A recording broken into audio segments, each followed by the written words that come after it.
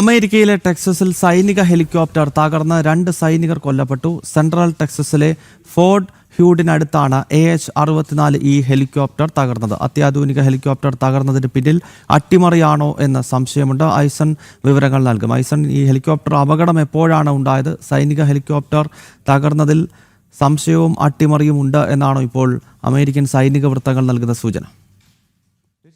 ഈ ഹെലികോപ്റ്റർ തകർന്നതിൽ, അതായത് Apache helicopter AH-64 Apache helicopter തകർന്നതിൽ ചില ദുരൂഹതകളുണ്ട് എന്ന റിപ്പോർട്ടുകൾ തന്നെയാണ് ആദ്യം പുറത്തു വരുന്നത്. നേരത്തെ ഗൗതം സൂചിപ്പിച്ചതുപോലെ ടെക്സസിനടുത്തുള്ള ഫോർട്ട് ഹൂഡിനടുത്താണ് ഒരു പുൽമത്തകിടി പോലുള്ള പ്രദേശത്ത്, അല്ലെങ്കിൽ ഉണങ്ങിയ പുല്ലുകൾ നിരവധിയായി നിൽക്കുന്ന ആ പ്രദേശത്താണ് ഈ ഹെലികോപ്റ്റർ തകർന്നു വീണത്. തകർന്നു വീണ ഹെലികോപ്റ്ററിലുണ്ടായിരുന്ന 2 പൈലറ്റുമാർ തൽക്ഷണം മരിച്ചു എന്ന റിപ്പോർട്ടുകളാണ് ഇപ്പോൾ പുറത്തു വരുന്നത്.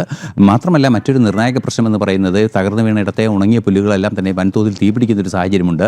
ഇപ്പോൾ ഒരു വശത്ത് അത്തരത്തിലുള്ള അഗ്നിബാധ അവസാനിപ്പിക്കുകയും മറ്റു രക്ഷാപ്രവർത്തനങ്ങളും സുരക്ഷാ സംവിധാനങ്ങളും ഒരുക്കുകയും ചെയ്യുന്ന നീക്കങ്ങളാണ് ഒരു വശത്ത് പുരോഗമിക്കുന്നതെങ്കിൽ, മറുവശത്ത് ഇതിൽ സംബന്ധിച്ച ചില ദുരൂഹതകൾ ഉയരുന്നുവെന്നാണ് അറിയാൻ സാധിക്കുന്നത്. ഈ ഹെലികോപ്റ്റർ തകർന്നു വീണതിന് പിന്നിൽ ചില ദുരൂഹമായ നീക്കങ്ങൾ ചിലരുടെ ഭാഗത്തു നിന്നുണ്ടായിട്ടുണ്ട്. അത് പലതരത്തിലുള്ള, അതായത് അമേരിക്കയുടെ അന്താരാഷ്ട്ര ഇടപെടലുമായി ബന്ധപ്പെട്ടുള്ള ചില വിഷയങ്ങളുമായി ബന്ധപ്പെട്ടാണ് ഈ സൂചന എന്നാണ് ഇപ്പോൾ മനസ്സിലാക്കാൻ സാധിക്കുന്നത്. ഇറാൻ ഉൾപ്പെടെയുള്ള രാജ്യങ്ങളെ സംശയത്തിൻ്റെ മുൾമുനയിൽ നിർത്തുന്ന ചില വിവരങ്ങളാണ് പ്രധാനമായും പുറത്തു വരുന്നത് എന്നൊരു യാഥാർത്ഥ്യം കൂടിയുണ്ട്.